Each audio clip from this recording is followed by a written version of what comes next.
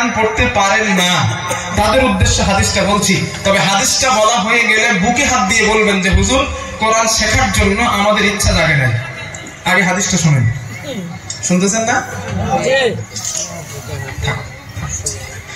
আল্লাহ নবী বলেন ফাওয়াল্লাযী নাফসু মুহাম্মাদিন বিয়াদিহি, আল্লাহ নবী বলেন যেই সত্তার হাতে, যেই মুহাম্মাদের, যেই আল্লাহর হাতে আমি নবী মুহাম্মাদের প্রাণ, আমি নবী মুহাম্মাদের জান, সে আল্লাহর নবীর কসম করে বলছি, কসম করে বলছি, কসম করে বলছি, মা মিন মুতাআল্লিমিন ইখতালিফু বিআলিমিন, এমন কোন ব্যক্তি নয়, এমন কোন তালিবুল ইলম নাই ওস্তাদের দরজায় কোরআন শেখার জন্য চলে যায়, মসজিদের ইমামের কাছে যায়, হুজুর আমি কোরআন জানি না, আল্লাহর রাস্তে আমাকে কোরআনটা শিখিয়ে দেন, মুখের দাড়িটা পেকে গিয়েছে, আমি কোরআন পড়তে পারি না, আল্লাহর রাস্তে কোরআনটা আমাকে একটু পড়িয়ে দেন।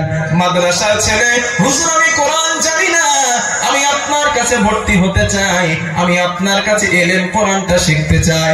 আল্লাহর নবী বলেন ইল্লা কাতাবাল্লাহু লাহু বিকুল্লি কদামিন ইবাদাতা সানাতিন, আল্লাহর নবী বলেন একটা মানুষ একটা দিন নয়, দুইটা দিন নয়, তিনটা দিন নয়, একটা না 365টা দিন সারা রাত নফল নামাজ পড়লো, সারা দিন নফল রোজা রাখলো, তাসবিহ তাহলিল করলো, আল্লাহর নবী বলেন একটা দিন দুইটা দিন নয়, একটা না একটা বছর, আল্লাহর নবী বলেন এক বছর নফল ইবাদত করলে যতটা সওয়াব হয়, যেই ব্যক্তি কোরআন শিখতে যায় ওর প্রতিটা কদমের বিনিময় এক এক বছরের নফল ইবাদতের সওয়াব লিখে দেওয়া হয়। সুবহানাল্লাহ। আল্লাহর নবী 2 নাম্বার বলেন ওয়া কদামিন নাদিরাতুন ফিল জান্নাহ, আল্লাহর নবী বলেন ওই কোরআন শিখতে যাওয়া ব্যক্তির প্রতিটা কদমের বিনিময় আল্লাহ পাক জান্নাতে বিরাট বড় বড় একটা সিটি নির্মাণ করে দেন, একটা গ্রাম নয়, একটা বাড়ি নয়, একটা প্রাসাদ নয়, বিরাট বড় বড় একটা শহর, বিরাট বড় বড় একটা সিটি আল্লাহ জান্নাতে নির্মাণ করে দেন।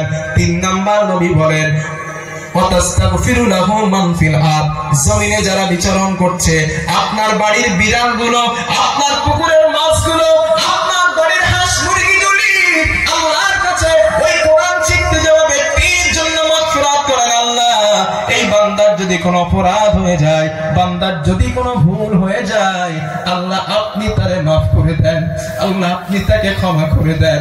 আল্লাহর নবী বলেন, আল্লাহর নবী বলেন ওয়ায়ুমসি সকাল আর সন্ধ্যা এই কোরআন শিখতে যাওয়া ব্যক্তির আমলনামা পরিষ্কার করে দেওয়া হয়, ওর গুনাহগুলো মাফ করে দেওয়া হয়। আল্লাহর নবী 6 নাম্বার বলেন, 5 নাম্বার ওয়া শাহিদাত লাহুল মালাইকাতু বিআন্নাহুম মুতাকাল্লাহি মিনান নার, মিনান নার, আল্লাহর নবী বলেন ফেরেশতারা সাক্ষী দেন এই কোরআন শিখতে যাওয়া তালিবুল ইলম গুলো আল্লাহর পক্ষ থেকে জাহান্নাম থেকে মুক্তিপ্রাপ্ত ব্যক্তি। জোরে জোরে বলেন সুবহানাল্লাহ। এইবার বুকে হাত দিয়ে বলেন কোরআন শিখবেন না শিখবেন না? নাম্বার 1, নাম্বার 1 এক একটা ধাপের বিনিময়, কদমের বিনিময় 1 বছর নফল ইবাদতের সওয়াব। নাম্বার 2 এক একটা কদমের বিনিময় জান্নাতে বিরাট বড় বড় একটা সিটি নির্মাণ হয়। নাম্বার 3 পৃথিবীতে যারা বিচরণ করে তারা আপনার জন্য ওই কোরআন শিখতে যাওয়া ব্যক্তির জন্য মাগফিরাত করেন। নাম্বার 4 সকাল আর সন্ধ্যা ওর আমলনামা পরিষ্কার করে দেওয়া হয়। নাম্বার 5 ফেরেশতারা সাক্ষী দেন এই মানুষগুলো আল্লাহর পক্ষ থেকে জাহান্নাম থেকে মুক্তি প্রাপ্ত। সুবহানাল্লাহ, সুবহানাল্লাহ। ও বৃদ্ধা বাবাজি যাদের দাড়িটা পেকে গিয়েছে, কোরআন পড়তে জানেন না, বিশ্বাস করুন, বিশ্বাস করুন, মরণের আগে একটাবার কোরআন শিখতে শিখতে শিখে মরে যান। যদি কোরআন শিখতে শিখতে মরে যান, বিশ্বাস করুন আল্লাহ পাক আপনার গুনাহ মাফ করিয়ে নিয়ে আপনার মৃত্যু দেবেন। সুবহানাল্লাহ, এই হাদিস তার প্রমাণ। এবার বুকে হাত দিয়ে বলেন কোরআনটা শিখবেন না শিখবেন না? শিখবেন ইনশাআল্লাহ। শিখবেন তো? দেখি কে কে শিখবেন, একটা হাত তোলেন তো। একদম মন থেকে হাত তোলেন ভাই, শুধু হাত তোলেন না, মন থেকে হাত তোলেন যে কে কে শিখবেন মরার আগে। ইনশাআল্লাহ আসিব। আল্লাহ কবুল করেন, বলেন আমিন। তাহলে 5 নাম্বার আমরা জানলাম কোরআনের ফাজিলত। Number 7 number, number 8। কষ্ট হচ্ছে না তো আপনাদের? কষ্ট হচ্ছে তো? আল্লাহর নবী বলেন কোরআন ওয়ালার কত দাম। আল্লাহর নবী বলেন قال رسول الله صلى الله عليه وسلم يقال لصاحبه القرآن। আল্লাহর নবী বলেন কিয়ামতের দিন কোরআন ওয়ালার সঙ্গে সাক্ষাৎ করে বলবে হাল তাআরিফুনি, ও মানুষ তুমি আমাকে কি চেনো? ওই ব্যক্তি জবাব দিবে না, না না, আমি তো আপনাকে চিনি না।